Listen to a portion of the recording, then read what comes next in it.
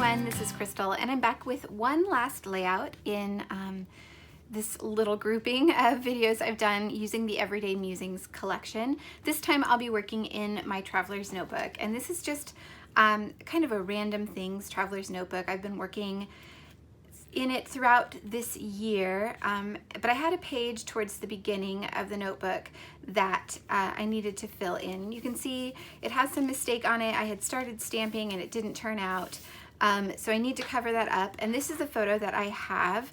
The date I don't have handy. I have it nearby. Let me, actually I'll get it later. I don't need to get it right now, but it's from January, I believe, of this year. So it's going back a bit, but you knew I had to do a coffee layout with this collection, right? It has this gorgeous paper with all of the cups on it, and there's lots of little cup icons throughout the collection.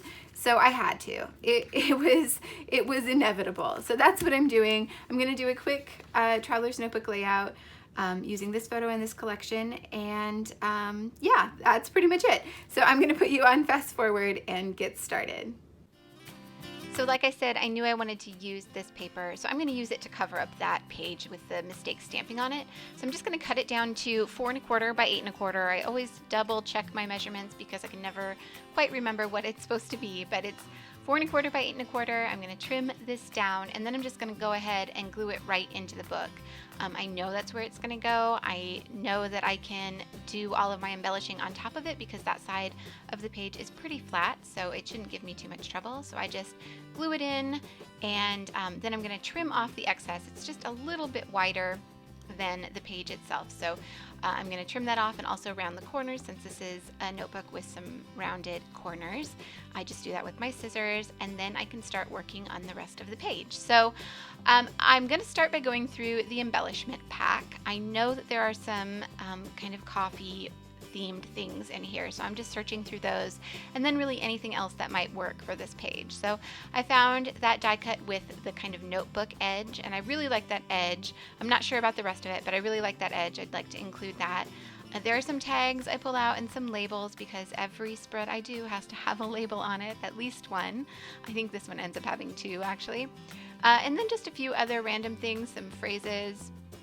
And I do end up finding that cup I knew was in there, and I think that's about it. So now I'm thinking about my title. I'm not really sure at this point what my title is going to be. I'm looking through all the things to see if there's something that jumps out at me, and there was the sticker that said "For the Love," and I thought, oh, that's perfect. I'll do "For the Love of Coffee." So that's what I'm going to do. That's going to be my title for this spread.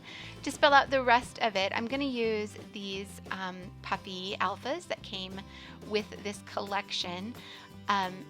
They are multicolored, so if you saw my last video, you know I do struggle with multicolored alphas. I struggle to get them correct, and in the last video it actually came together really quickly and it worked out well, and I didn't have to switch things out too very much. But for this one, it took me a while, so I'm going to switch out almost all of these letters at least once. I think that was the only C, so I think it has to be that one, but at least the only capital C, but I think the rest of them pretty much get switched out. Oh, the F's stay because those were the only 2 F's as well, but the O and all 2 E's, there's only 2 E's in coffee, all 3 of those get switched around until I like the look of it, and there I'm going to go with that.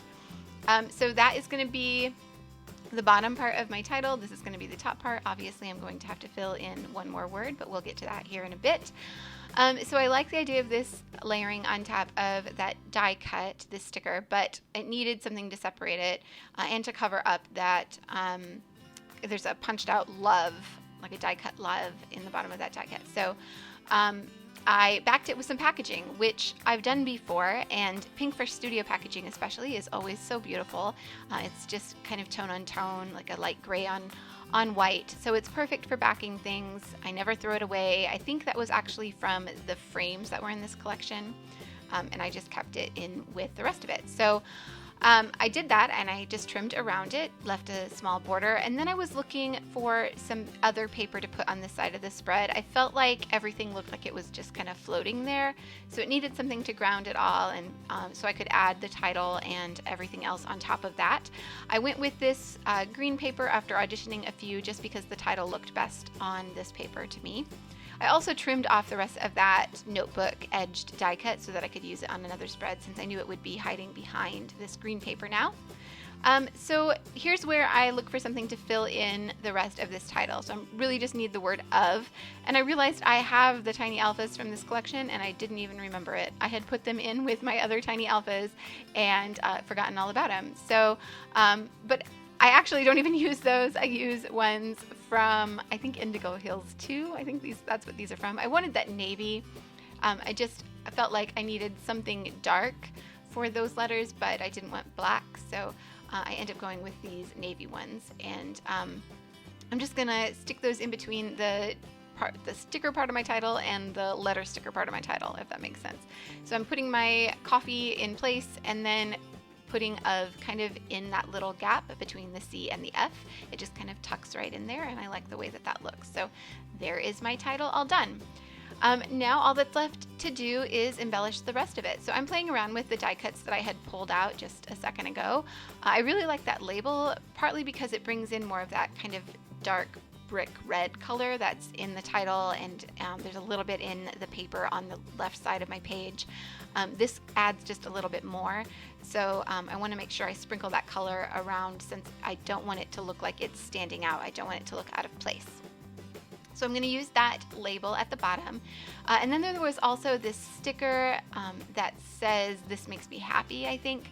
And I thought that has to go on this page, because I don't think there's anything that makes me quite as happy as a cup of coffee. Well, that's not true, but you get the idea. So I add it below my title. And then I really wanted some washi tape to go above my photo to kind of look like it was holding it in place.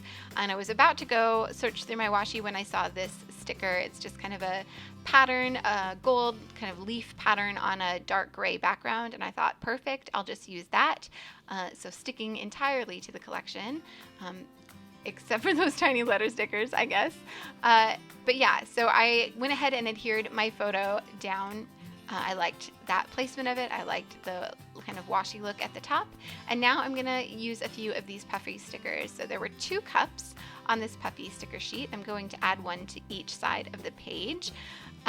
And as I do that, I had actually added a phrase sticker to the top of that label, but I don't end up liking the way it looks. It looks a little too crowded on there. It fit, but just barely. So I peeled it off, and it did leave a little bit of residue behind. So I just used a sand eraser to kind of just very lightly go over that label to make sure any of that adhesive is removed. And then I added that phrase sticker just below the label. So I'm actually going to end up putting my date on the label, and then the phrase sticker is just below it, and then my little cup puffy sticker is going to go next to it. So that makes that little cluster. To add a little bit more of that red, you can see the coffee cup on the right is that same red color, but I thought like it needed a little bit more to balance, so I found a heart on the puffy sticker sheet and I added it at the corner of my title as well. Next up, I needed some place to add my journaling. I don't have a whole lot to say about this, but I did want to write a few lines. So I found another label, this time in yellow. I felt like that added a nice balance of yellow between the top part of the title, the page on the left, and then that label at the bottom. So I had to move around those cups a little bit, but it's super easy to move this adhesive. This is why I use it, because it's the best. It works, it holds well, but it's removable at first. So anyway, I added my date with the Heidi Swap date stamp and some Stays On ink, only because that is the less juicy of the 2 pads I have, and it's hard to get a good impression with this date stamp if you have too juicy of an ink pad. So now I'm just adding my few lines of journaling, and that's going to be it. It came together really quickly. It's a pretty simple spread, but I really love how it turns out. Scrapbooking about coffee is one of my favorite things to do. So here are some close-up photos. I hope you've enjoyed this video. If you have, please do give a thumbs up. It means a lot to me. And if you haven't already subscribed, be sure to hit that subscribe button. Thanks again for watching. I hope you all have a wonderful day.